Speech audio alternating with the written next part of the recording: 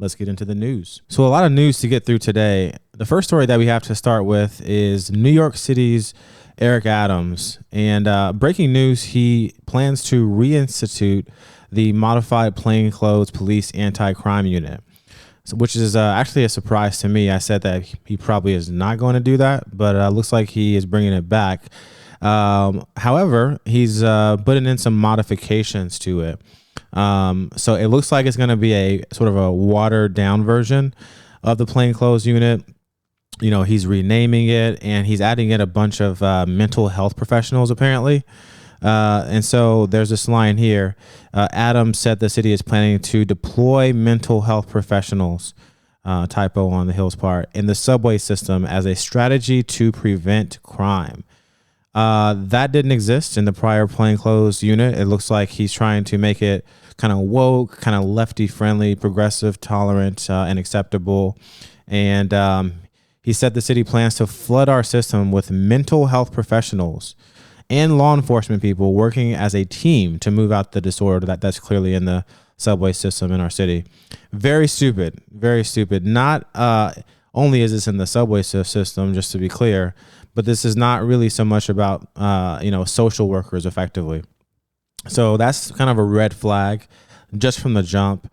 He also kind of gave this sort of angry commentary recently on the plainclothes division, which he is now calling the anti-gun team, kind of a watered down version of it. And he basically says, look, you can't go out here and target people and profile people. It was an abusive unit. It targeted and profiled. And so my sense is, he's bringing back the unit, which is, a positive development in a sense, but it seems to be kind of defamed. If you're not targeted, if you're bringing in a bunch of social workers to talk about mental health issues, you're probably not going to be very effective, right?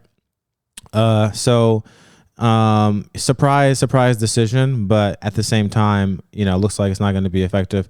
And this came because there was a bloody January with several police officers in New York being murdered and shot. And it looks like this has sort of prompted New York City Mayor Eric Adams to take a stand and to try to, talk tough, right, on crime.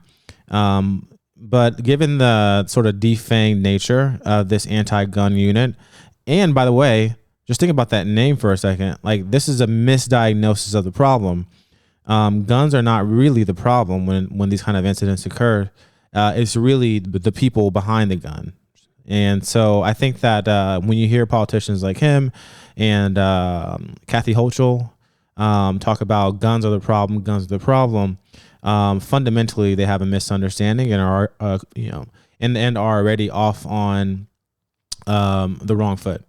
So, and then he faces a lot of resistance, right? So even though he's had a change of heart and he's trying to talk tough on crime and do something about it and bring back the, watered down version of the plainclothes unit, he faces a system that is systematically set up to fail, right? And so you have this sort of, this is kind of examples, right? New York City teen rapper was charged with shooting a New York Police Department cop, and he was freed on bond. And this was because of a judge's decision, right? So, Eric Adams and police officers are upset about this. They've been, basically complaining about, the judge allowing this individual, this rapper who shot a cop, to be able to walk free. And it turns out he's actually like kind of a big deal. Apparently he put up what I think it was $250,000. Yeah. $250,000 bond. And then he's actually with Interscope Records as well, which is the same company as like Eminem and, Dr. Dre and all these folks. So he has the money, this 16-year-old rapper. But he's a felon. He's a criminal, right? Out here shooting cops. And so that's not a good thing. And then to add insult to injury, so first thing, you have the judges, right, in New York who are flaming lefties who are against you, but then you also have the politicians, right? And so Eric Adams ripped into Albany lawmakers on Friday who are blocking his bid to give judges the power to remand suspects deemed a threat to the community, right? And this is all coming after that teenager shot a cop and was cut loose on bond. So he's trying to give judges the power to basically hold on to these people, bring them back into custody. And the lawmakers are saying, nah, we're not going to do that. This is New York. You know, we are left aligned. We don't believe in common sense. You know, our constituents are woke. You know, we can't stand for rule of law and law of order. And he even says it's further proof that our current system is failing us. So he's almost sounding like a Republican here, and criticizing the system, changing up his tune, and trying to kind of take a hard line. I think it'll all be kind of show because he's a politician just doing what is politically convenient at the moment. He's not really acting on principle per se, but based upon the sort of the tone of the situation and the need to come out strong, right, in the midst of a crisis. And it would be convenient for him politically if all he has to do is blame the judges, blame the politicians, blame everybody in order to kind of a cop out to the being tough on crime rhetoric. And then it goes outside of even the politicians. You have this sort of actress here who was fired recently for basically ranting about the streets being closed for one of the slain police officers, Jason Rivera's funeral. So you had all these police officers, just a sea of them, right?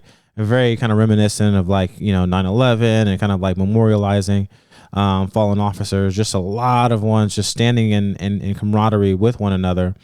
And she's like, hey, you're blocking the street. Basically, who cares? And she tweets or Instagrams, goes viral, and basically is almost immediately canned by her theater production company. This is effing ridiculous. What if someone was having a heart attack, can't get to them because of one effing cop? So she got axed almost immediately, right? This actress. People weren't standing for this, and rest in peace to Jason Rivera, who was slain. God bless him and his family. And then it goes even further, where you have this Brooklyn teacher, this public school teacher, calling for reciprocity against the cops who gathered to mourn the slain detective. So very, very gross, very disgusting behavior and rhetoric. And what he's referring to here is a situation almost 2 years ago now, where a New York or NYPD SUV drove through a crowd of protesters, apparently, who I guess were blocking the street. And he's like, ideal conditions for reciprocity. So very, very crazy. This is the individual, the public teacher or public school teacher who made that remark, Chris Flanagan. And to my knowledge, he hasn't been fired. Right, he's a public school teacher. It's probably harder to fire him. But the remark got widespread condemnation. And what's interesting is that he was actually featured on sort of this a PSA, right? Kind of giving respect to those public workers who basically were kind of first responders during the crisis of the coup, right? And so here it is here. So Flanagan, he was profiled for his musical tributes, I guess he can sing, to first responders in the early days of the coup pandemic. And he was asked about his comments and abruptly hung up before he could be asked about his IG account. Again, just another obstacle, right, that Mayor Eric Adams, will need to face as he's going on this sort of, crusade against crime in his city and in his state. Chances are the odds are stacked up against him, even if he wants to do something. There's too much political correctness, too much lefty insanity, so that when the rubber meets the road, I think that this is sort of doomed to fail. It's kind of a futile effort. And to make matters worse, if that wasn't enough of a sign that this whole situation by him is doomed to fail, Biden is actually planning to meet with Mayor Adams next week to talk about gun crime in the city. And so in the midst of this crisis, who do you turn to face it? Joe Biden, the least popular president in modern history, who's messed up everything on every front since he took office.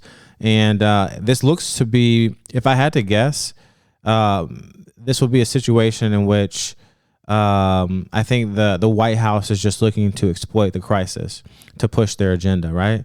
So in that meeting, it's called the Blueprint to End Gun Violence. I guess the plan that Eric Adams put together. He wants to talk about federal support for background checks and assault weapons.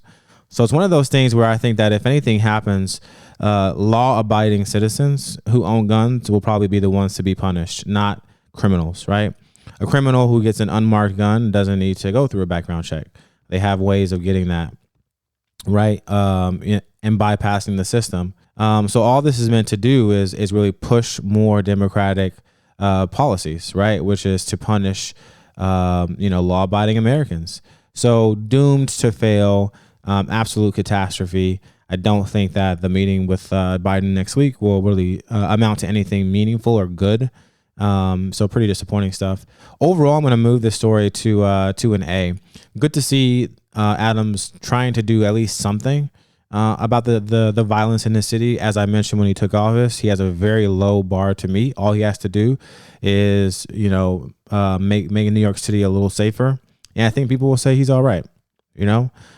So this is probably the base minimal level of work that he needs to do. I don't think he'll be successful, and but at least he can say that he tried. Okay, so moving on to the next story here. So we have an interesting, let's say, development with the Supreme Court, and so just for some background, Breyer is retiring from the Supreme Court. He announced this last week. And the White House is basically committed to bringing in or nominating a black woman, right? That was Joe Biden's comment. We're going to put in a black woman to replace Justice Breyer. And finally, it looks like some names are starting to come out. And one of the first folks' names is this Judge Michelle Childs. Who's kind of like maybe the leading candidate under consideration for the Supreme Court. She's a federal district judge based out of South Carolina. Overall, I think this is a disaster for race relations in this country. For it's a disservice both to the American people at large and the country at large, as well as to the black community, as well as to women.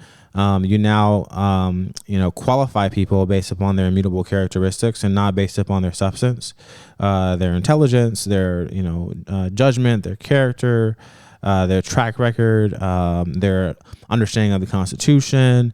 None of that stuff matters. We just need someone to be basically a token for our side and to do whatever we want them to do. Very dehumanizing stuff. But you get to say she's qualified because I think she's a Harvard graduate. So there you go. Any sifting through the substance of her legal argument.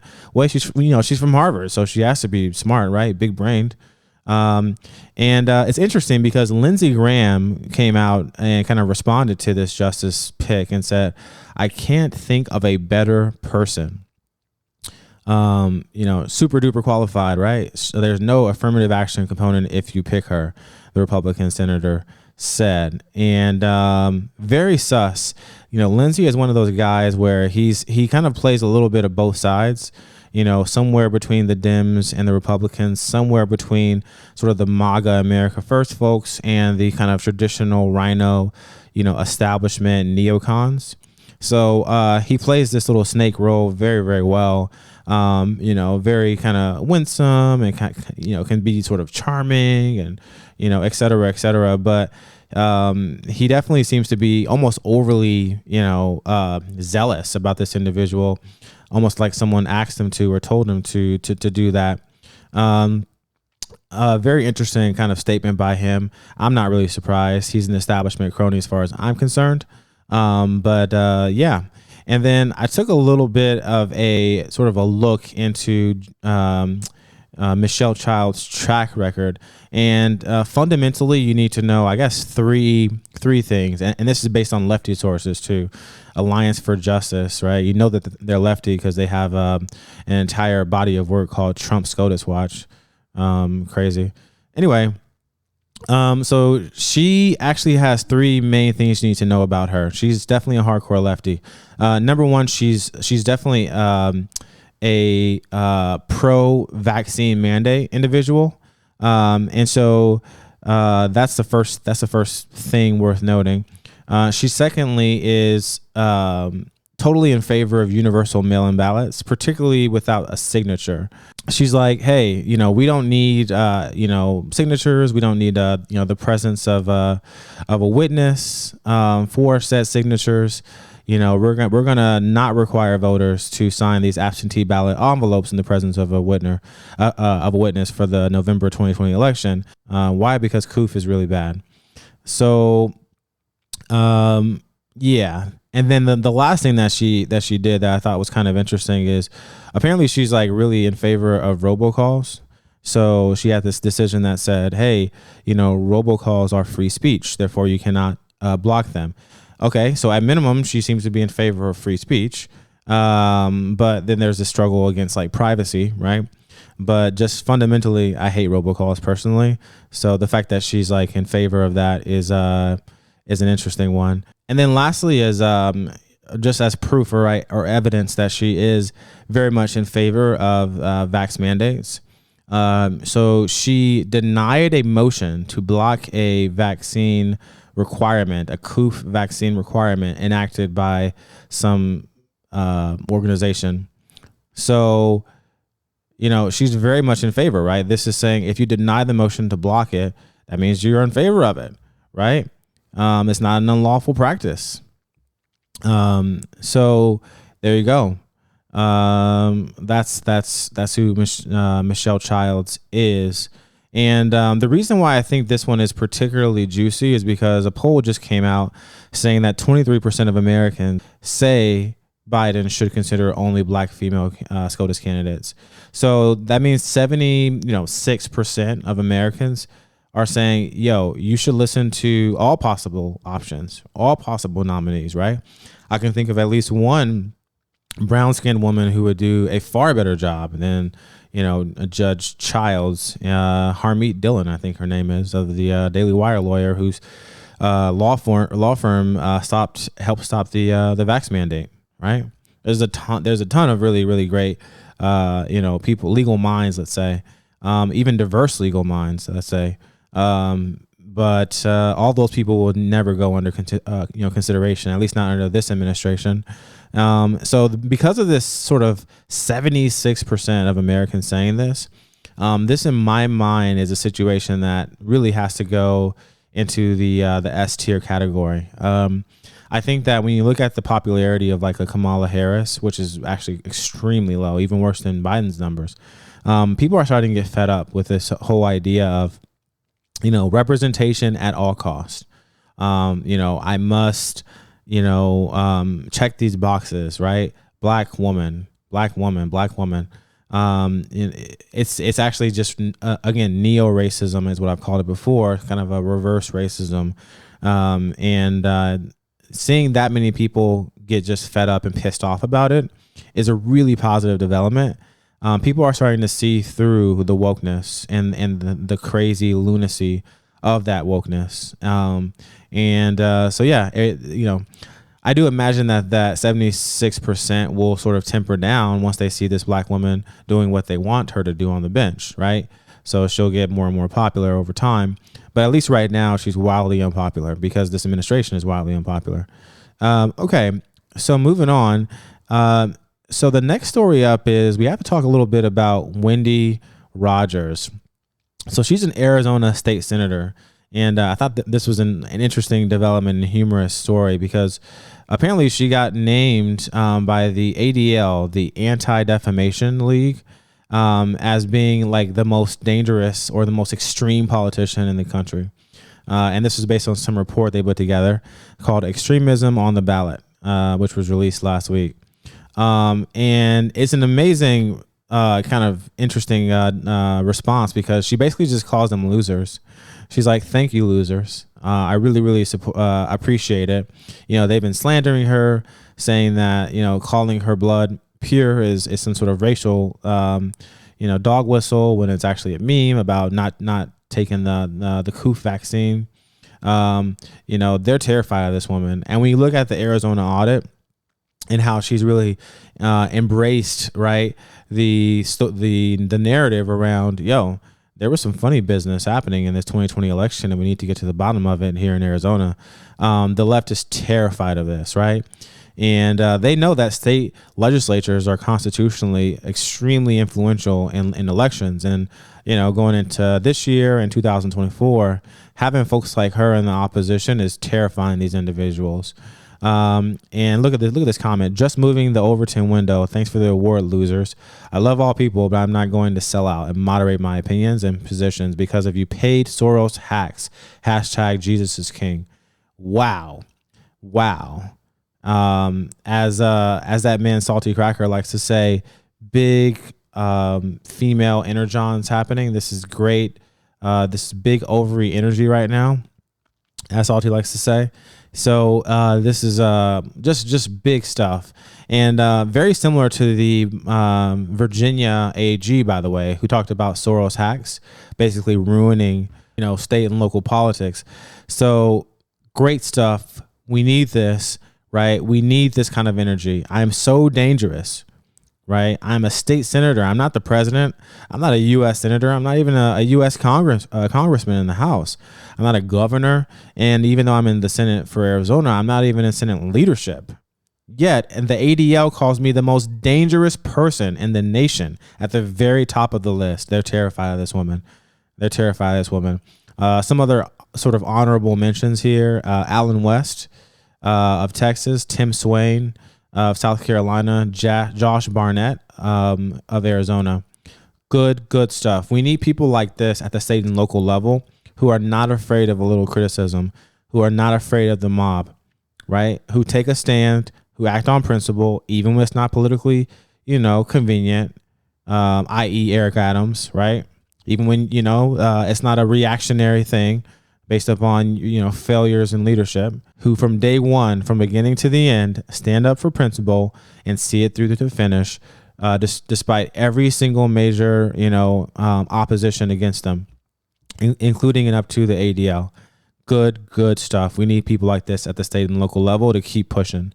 All right. So I'm going to move this one up to a tier A as well. I think this is great. I think we need more of this, and we need more patriots, you know, MAGA, America first, individuals who just, you know, are tired of the bullshit and are not afraid of being called names, right? To continue to do what they do. Okay. And by the way, last thing I want to say on her is she's doing really well. She raised like $2.5 million for re-election. So yeah, the people are listening. The people are responding to this. Really great for her to continue to do well, even in the midst of all this gossip, slander, and opposition. So the next thing that we have to talk about is Dinesh D'Souza. So this is the amazing filmographer, documentarian, and he's been recently he put out a trailer for a movie, a documentary called what is this called? 2,000 Mules.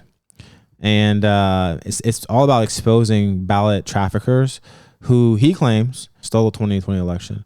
So, and he actually claims to have something like 24 terabytes of video footage, never before seen, ballot Dropbox surveillance video. And he has this really sick trailer here, 2000mules.com, just like, you know, giving the highlights. Amazing. Kind of rundown here. You know, this is great stuff. He continues to use his gift. He continues to use his ability to put out amazing, provocative political films and to get people talking, to get people thinking. And so mad respect for him. He's been doing that for many years now, despite opposition and headway. And what makes this story even more juicy is apparently on Twitter, he got a response from none other than Elon Musk, basically saying, look, hey, Elon, tweets are fine, but you can dramatically change the political and cultural landscape in this way. One, buy and take over social media platforms. Two, acquire and create a TV network like ABC or NBC or CBS. And then three, create a world-class online university and offer degrees. Elon's like, interesting ideas. So if this was someone other than Elon, I probably wouldn't consider it much. But considering the fact that this is a guy who literally sold stock, right, based on Twitter polls, right, and who recently did an interview with Babylon Bee, turning down opportunities with other sort of mainstream legacy corporate media opportunities, who has shown himself to be very open-minded, very even based when the time is right. I think he has a picture right now actually with Jordan Peterson and Joe Rogan floating around on the internet. So amazing stuff. This went, pretty viral in terms of likes and stuff like that. And it will be interesting to kind of see in the next couple of years here if Elon uses those billions and billions of dollars that he has now after selling a lot of his Twitter stock, a lot of his Tesla stock, to be able to actually action on something like this. Something to definitely watch. I'm going to give this one an A tier. I think that video, they say a picture's worth 1,000 words, right? So how many words is a video worth?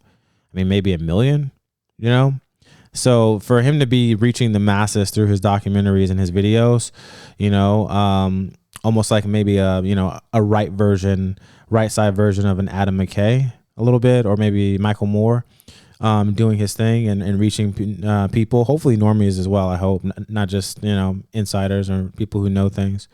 Okay. And then the last thing is we have to talk about some interesting developments coming out of Canada right now. So this trucking story blew up. I mean, I think I mentioned it a few weeks ago in terms of, how it started and kind of the initial buzz, but it's gotten crazy. I mean, it's just going crazy. It went from good to great. I mean, so it looks like Canadian Prime Minister Justin Trudeau, he went into hiding as farmers joined truckers in protest against the vax mandate. This is huge, right? So what started, I think, in Manitoba, spread to Saskatchewan, I think, and then now it has reached Ontario, even the doorsteps of Ottawa, right, where the capital of Canada, Ottawa, to the extent that Trudeau, has to say, "Oh my goodness, I have to run for my life and hide." Who knows where he is? The U.S., Canada, maybe he got the hell out of the country altogether. No idea where this individual is, but he's terrified of these truckers apparently. And they've been peaceful as far as I'm aware. I haven't heard of any incidents, security issues, violence, no one even getting mowed down with the truck or whatever. So really, really good stuff to see this kind of blow up the way that it has across multiple, provinces in Canada, and including farmers. And there's even rumors that this is actually being sort of replicated in other parts of the world. Some truckers in Italy, some truckers in Brazil are starting to take note of this. And then there's some kind of brigade starting, I think, in California to DC, right, of truckers as well. So looks like, Canadians were pissed off that he basically went on television, Trudeau, and called them a small fringe minority. And they said, "Oh, small, huh? Fringe, huh? Minority, huh? Oh, you care so much about the minorities," I thought. Anyway, let's go ahead and show you what kind of minorities we are, and went out in full force. So really, really beautiful stuff here.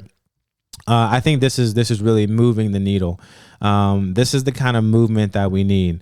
We need to really show them what's what. I mean, look at this. You have like literal farmers coming out here, right?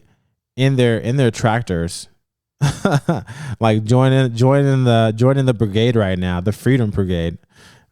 Keep it peaceful, keep it nonviolent, right? But yeah, at the same time, make your voices heard. This is the king legacy. This is nonviolent, peaceful protest. This is hitting them in a symbolic way, showing them where it hurts. This is the proletariat rising up, the people who work with their hands, the people who work long hours, brutal conditions sometimes, right? Who are the lifeblood of our economy and our society, right? Who bring food to the table. All those fancy restaurants in New York City and Ottawa, or wherever else Trudeau frequents, that he enjoys getting his food from, like, that came from truckers, that came from farmers, that came from people who work the land. You shall not scorn them. And they're making their voices heard. Over 100,000 truckers. Like, this is crazy because I think Rogan was saying something like 50,000 the other day. And even he was surprised at that number. He was like, 50,000, that's not a small fringe. Can we check that? Turned out to be true. And now someone is saying, hey, now it's over 100,000. Right. And you got, a million people marching in Ottawa. They will be heard. This is how it's done. This is how it's done. And to make it more tangible, though, it looks like the premier. So premiers are like governors. Like in the U.S., you have states. They're basically like governors of provinces. So one of those provinces, Saskatchewan, their governor, let's say, he said like twice last week, yo, we're going to end this proof of vax policy in the not too distant future. So people are listening. The politicians are like, oh shit, maybe we did overstep. Maybe, this is a bridge too far. Maybe we messed up, I think we've gone too far with this. And by the way, the damage is already done, let's say, right? The damage in the positive sense of what they're thinking. Because when you look at the actual kind of vax percentages here, I think it's over like something like maybe like 90%, right? In a lot of these places. And so, the whole goal was just to scare everybody, right? It was to scare everyone into submission. So yeah, here's the quote. It increased our vax rates tremendously, but I think we're getting to a point now where those that are not vaccinated likely are not going to be, right? So he said this like twice last week. So it's one of those things where I think they're realizing, just like Biden did, right, with his vax mandate. Okay, bridge too far. Sorry about that. Let's just push it. Get people scared, and then when we are kind of forced to backtrack on it, at least the damage is done, right? Biden scared everybody into getting jabbed, so now the percentage is really high, or at least much higher than it was.